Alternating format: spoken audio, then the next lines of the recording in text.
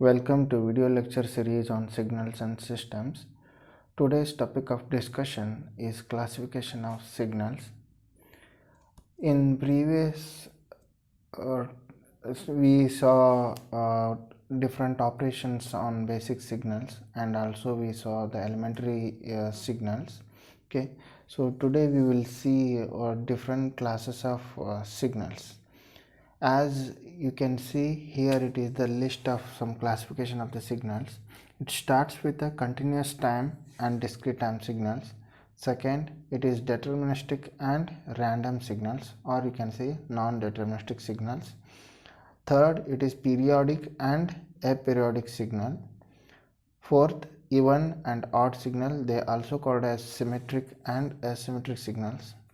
And fifth, it is energy and power signals. And sixth, it is causal and non-causal signals. Okay, so we will discuss one by one in detail by solving some problems also along with a point of discussion. Okay, so in the previous part of the lecture, we already been introduced with the continuous time signals and discrete time signals. But as a part of study, just I will mention these definitions once again here. So any signal that can be called as continuous time signal when it will be defined for all the values of time, as it can see here. Okay, so the signals which will have a defined value at every instant of time, that is an independent variable, then we call it as continuous time signals, and usually it is represented as x of t. Okay, this we have already discussed. And similarly, a discrete time signal is the signal which will have a value at only the discrete instant of time, as it is stated here. Okay, so it means that it will not be in continuous with respect to independent variable time. Okay, so only for certain values of time only there is a value. Okay, so you can see the graphical representation of this CT signal and DT signal. Okay, CT signal over the period of time from 0 to t, so it is having a signal with continuous values. Similarly, here an example of DT signal, it exists for only the certain values of n, not the all values of n. Okay, so I will not elaborate much here, it has been discussed already. Okay, coming to the next class of signals, that is deterministic and random signal. Okay, a signal which is said to be deterministic when it cannot be defined, when it cannot be it cannot have uncertainty with respect to its value. Okay, so as it is stated here, you can see a signal is said to be deterministic if there is no uncertainty with the value at any instant of time. Okay, so that is in other sense we can say a signal which can be defined exactly by a mathematical formula. Okay, so these type of signals which will be represented in mathematical form, they are deterministic signals. As you can see in the example here, any continuous time signal, sinusoidal signal, it can be a deterministic signal because we can represent it as x of t is equal to a sin omega t. Okay, so there is no uncertainty with respect to its value at any instant of time. Okay, so in some cases we can see at only for one part of the signal the value exists and later part we cannot identify. In that time it is not a deterministic signal. Okay, so this is about the deterministic signal. Moving further, random signal, or you can say a deterministic signal. Okay, so you can see here it's a non-deterministic signal. Okay, so which one is the non-deterministic signal or random signal? Which will be having a random in nature. Okay, which will be random in nature, that is there will be uncertainty with respect to its value at some instant of time. Okay, at some instant of time. So then it is called as random signal. Okay, and you can see in other sense they cannot be described with the mathematical equations. Okay, so they don't have any mathematical expressions to represent them. Okay, so one type of graphical representation you can see here, x of t, one signal, it's a random signal. I can, as you can see, the values whatever it is having with respect to time, they cannot have a certain expression. Okay, so these are the random signals. Okay, moving further, this is the main part of discussion actually. Okay, even and odd signal. Okay, so even are also called as symmetric signals, odd are also called as anti-symmetric signals. Okay, so we will see what is this even signals and odd signals one by one. Even signals, a signal which exhibits symmetry with respect to t is equal to 0. Okay, with respect to CT signal, with respect to DT signal we can say n equal to 0, or symmetric signals or even signals. Okay, so what it says, if you take a axis of simple x axis and y axis, for y equal whatever the t equal to 0 origin is there, with respect to that, if they exhibit a symmetry, then they call it as even signal. Okay, and we will see one of the example of related to the even signal. As you can see here, with respect to continuous time, this is one sinusoidal signal. So this is the origin 0 with respect to this y axis, and the signal starts from here, from 0 to infinite or whatever the value it is having. It is having a value certainly like this, and similarly it is having a symmetry here, so that the same values are exist here in the reverse manner. Okay, this we call it as even signal, symmetric about t equal to 0. Okay, and similarly if you take an example of DT signal, here you can see the DT signal example here, x of n exists from -2 to 2 with -1, 1, 2, -1 and -1. This is even signal. As you can see, at 1 and -1 we have 1 1, at 2 we have -1 -1 again, at 0 we will be same thing. So just symmetric is nothing but if you flip this signal like this, you will have the same signal at the opposite end also. That is, whatever the signal you can see in the first quadrant and the fourth quadrant, the same kind of signal will be there on the second and third quadrant. That's what the symmetry about. Okay, so mathematically how you can represent a even signal? A signal that is taking a CT signal as an example here, a continuous time signal x of t is said to be even signal. Okay, if it satisfies the condition. What is that condition? X of minus t equal to x of t for all the values of t.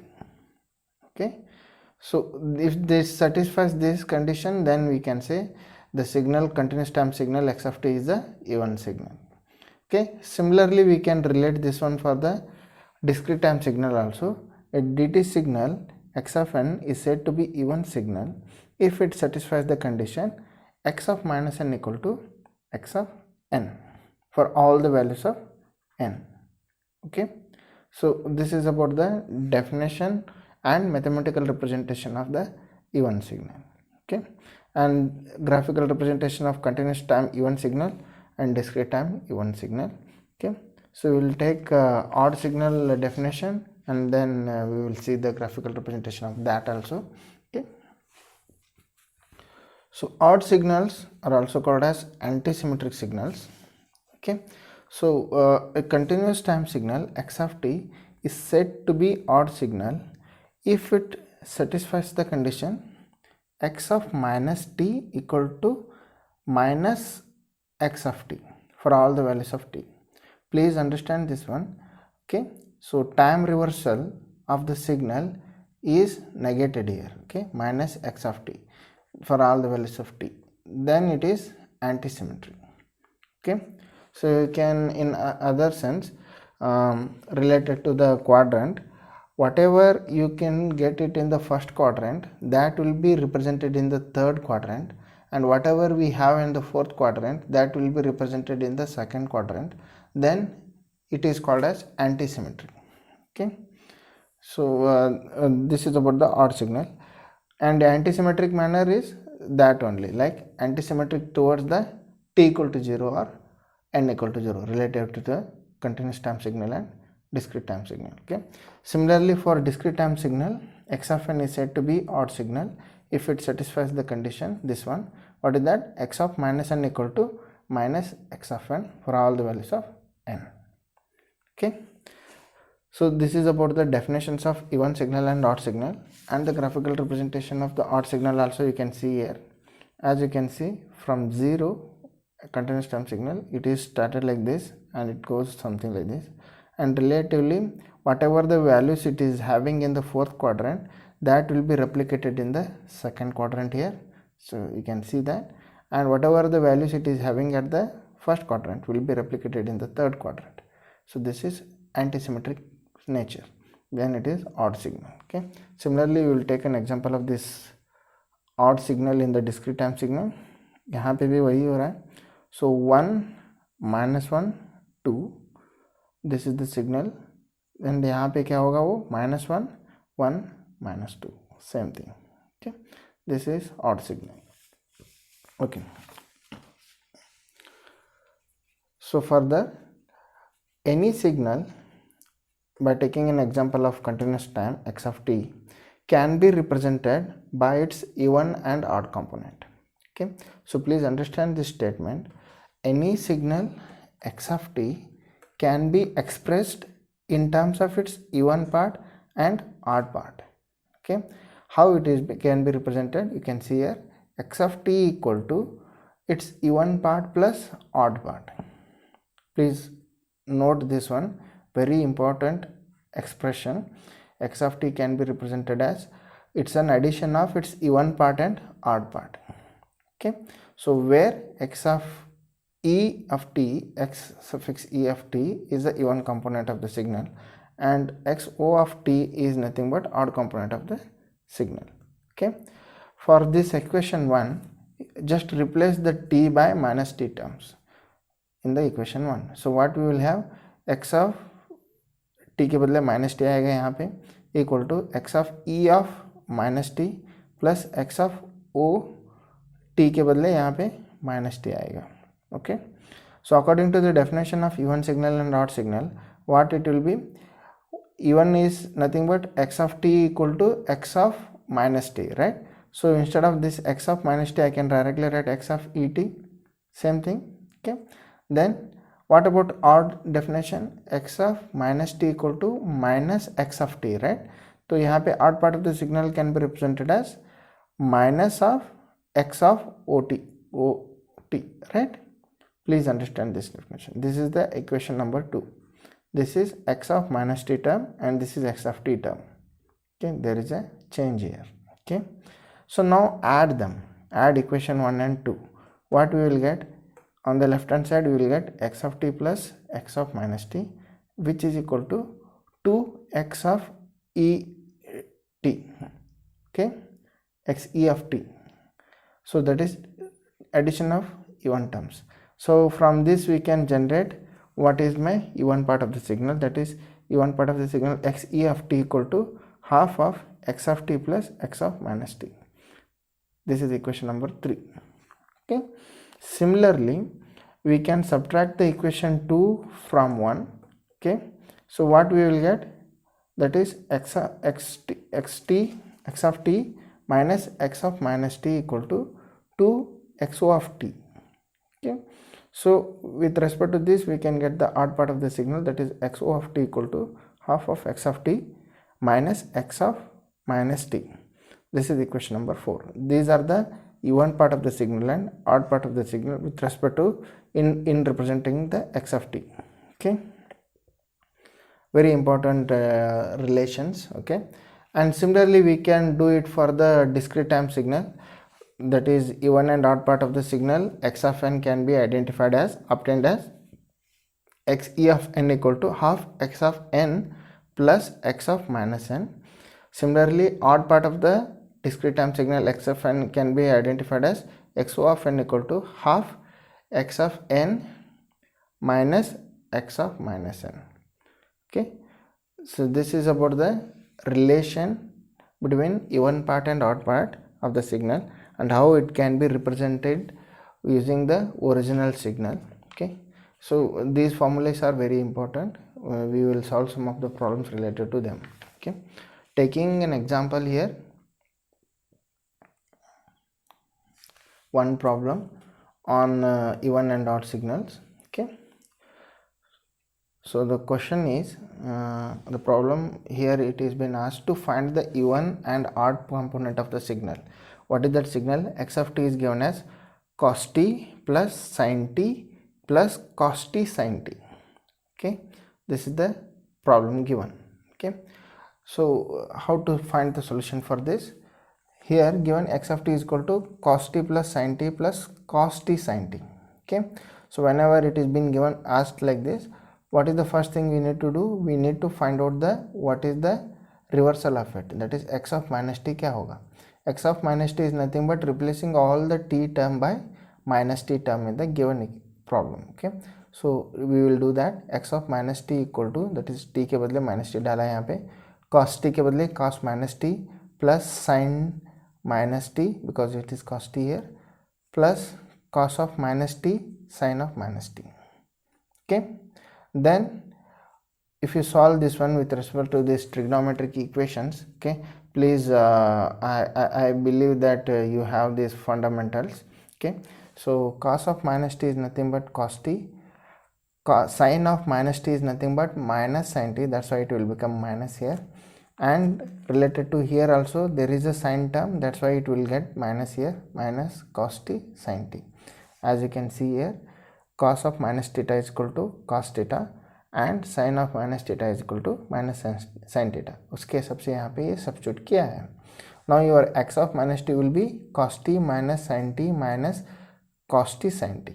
Okay, now we have a expression for finding the even term. So even component क्या होगा, even part क्या होगा? x of et is nothing but half of x of t plus x of minus t.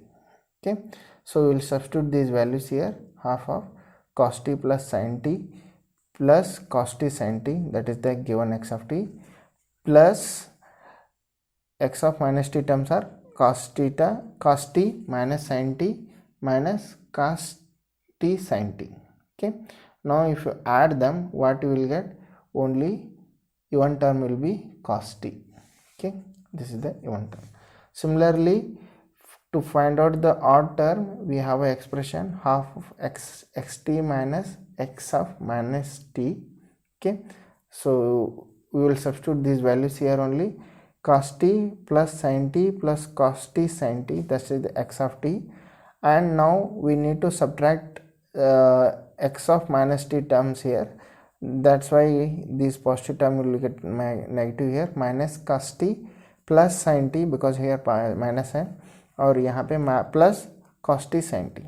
Okay, now if you solve this one, you will get x of t is equal to sin t plus cos t sin t.